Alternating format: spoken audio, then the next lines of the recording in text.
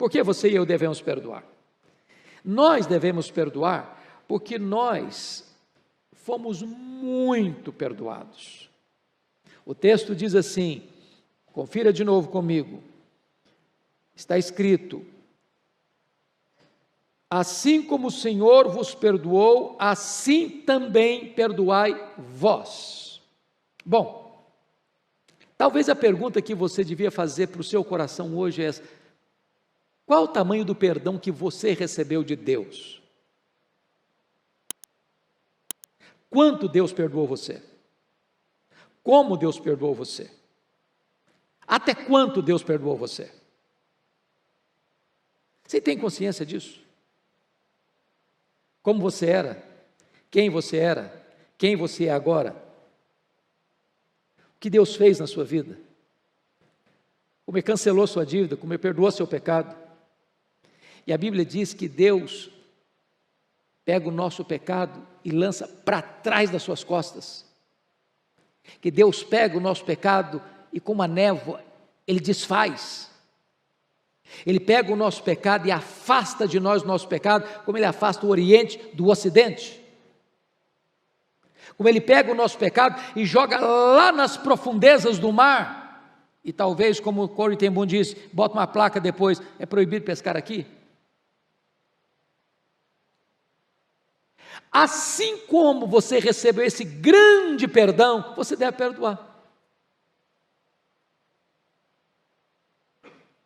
E Jesus ilustra isso com a parábola, chamada a parábola do credor incompassivo, que é uma das mais ricas parábolas das Escrituras sobre essa questão do perdão. Do homem que devia 10.000 talentos e foi perdoado.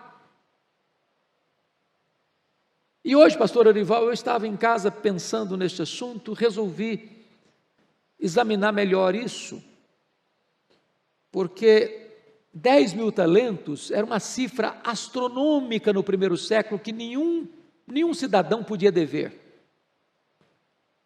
Um talento são 35 quilos de ouro. 10.000 talentos são 350 mil quilos de ouro.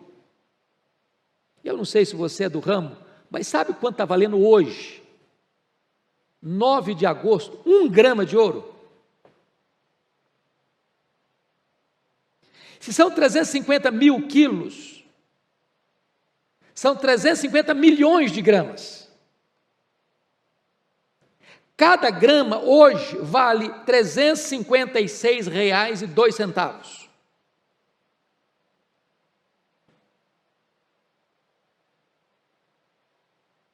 Para você ter uma ideia, na cifra que Jesus conta da parábola, alguém precisaria trabalhar no salário da época de 1 denário por dia 150 mil anos.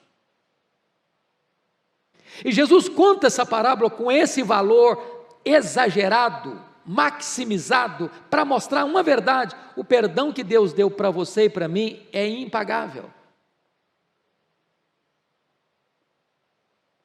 E se eu fui altamente perdoado, eu nunca vou poder dizer: olha, o abuso foi grande demais, a humilhação foi grande demais, o prejuízo foi grande demais.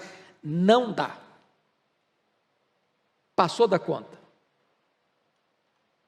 Para esse tipo de pecado não tem perdão. E a Bíblia então nos retoma e diz assim: assim como Deus em Cristo vos perdoou, assim também perdoai vós. Você e eu não temos desculpa. Não temos. Até porque, se você não perdoar, você não pode orar. Não pode orar. Está lá em Marcos 11:25. Não pode orar. Suas orações não vão funcionar. Se você não perdoar, você não pode adorar. Deus não aceita o culto. Lembra que Deus rejeitou Caim e a sua oferta? Por quê? Tinha ira, inveja no coração do Caim. Se você não perdoar, você não pode ser perdoado. Pai, perdoa-nos as nossas dívidas, assim como nós perdoamos os nossos devedores. Se você não perdoar, você adoece emocionalmente. Irmãos amados, o que tem de gente doente emocionalmente? Porque tem mágoa. E é nessa conjuntura que Tiago vai dizer que nós devemos confessar os nossos pecados uns aos outros para sermos curados. Tem doenças que são chamadas de hamartiagênicas. Hamartia é pecado no grego. Doenças hamartiagênicas são doenças geradas por problemas emocionais não resolvidos. A Organização Mundial de Saúde diz que mais de 50% das pessoas que passam pelos hospitais tratam-se de doenças psicossomáticas, doenças de fatores que problemas, mágoas, feridas, angústias da alma que não são resolvidas. Se você não perdoar, você é entregue aos flageladores, você não tem paz. Você vive numa masmorra emocional. Então esse é o primeiro ponto desse texto. Perdão é uma necessidade. Mas deixa eu ir para outro texto com você. Vá comigo para Mateus 18. Mateus 18. Porque ali Jesus aborda um outro aspecto desse assunto. Agora não é mais a necessidade, agora é a medida desse perdão. Versículo 21 e 22, você pode ler comigo em voz alta, vamos juntos? Então Pedro, aproximando-se, lhe perguntou: Senhor, até quantas vezes meu irmão pecará contra mim, que eu lhe perdoe? Até 7 vezes? Respondeu-lhe Jesus: não te digo que até 7 vezes, mas até 70 vezes 7. Bom, é claro que quando Pedro faz essa pergunta, ele queria talvez receber um elogio de Jesus. Senhor, até quantas vezes? Até 7 vezes? Pedro, parabéns, você é um homem muito crente, muito piedoso. Você está pensando num nível muito elevado. Jesus quebra Pedro pelo meio, desconcerta o Pedro e nos deixa perplexos. Quando ele diz: ô Pedro, não é até 7 vezes, é até 70 vezes 7.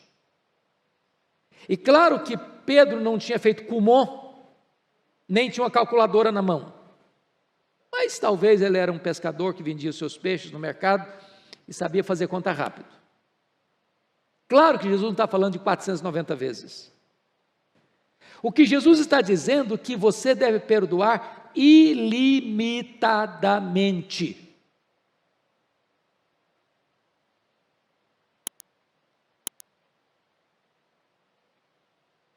Porque, pense comigo, irmãos, na prática, se alguém falha com a gente, tá bom, tudo bem, está relevado, ok. Aí a pessoa falha de novo. Você já diz: está bem, já com a cara meio amarrada.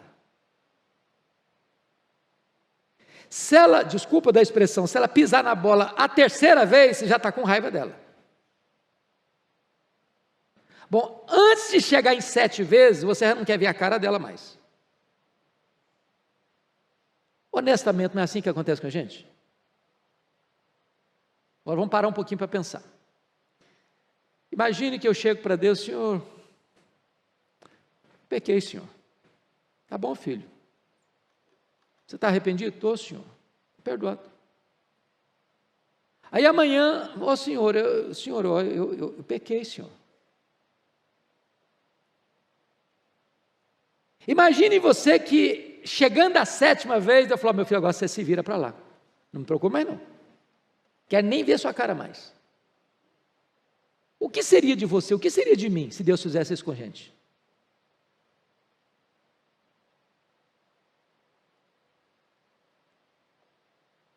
Esse negócio é mais sério do que a gente imagina, irmãos. Vida cristã é coisa muito mais séria do que a gente imagina. Senhor, é até 7 vezes? Não, Pedrão, não é até 7 vezes, não, é até 70 vezes 7. Não tem limite. Mas eu não estou falando de coisinha miúda, não. Eu posso falar de coisas graves, sérias. Vamos pensar, por exemplo, no testemunho de Corrie ten Boom. Alguém já leu, chegou a assistir lá atrás o filme Refúgio Secreto?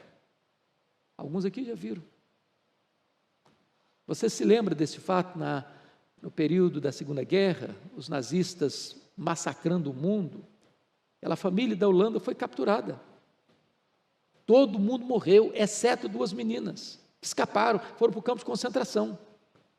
Corrie ten Boom e Betsie ten Boom. A Betsie sofreu torturas terríveis nas mãos de um soldado nazista, ela que já estava frágil, fraca, doente, com escassez de pão, com torturas mentais e corporais, e esse soldado nazista matou a Betsie na frente da sua irmã. E gosto de sangue veio na sua boca. Por providência divina, Corrie ten Boom foi liberta. Saiu do campo de concentração, escapou. A guerra acabou. E agora Corrie ten Boom está pregando nas igrejas, dando testemunho. Quando certa feita ela pregava numa igreja na Alemanha. E ao terminar de pregar, ela estava na porta abraçando as pessoas, quando ela vê um senhor de cabelos grisalhos se aproximando, e ela reconhece esse homem. Era exatamente o nazista que tinha matado a sua irmã com truculência. O gosto de sangue veio na boca de novo. Quando o homem estendeu a mão para ela, ela encolheu a mão.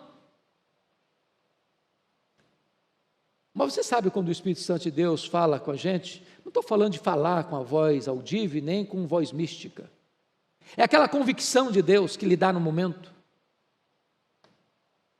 E então ela estendeu a mão e disse a ele: eu sei quem é o Senhor. Eu sei o mal que o Senhor me fez. Mas em nome de Jesus, o Senhor está perdoado. Fique livre, porque agora eu estou livre. Perdoe. Não importa o que a pessoa fez. Passa a esponja do sangue do cordeiro nessa ferida. Fique livre.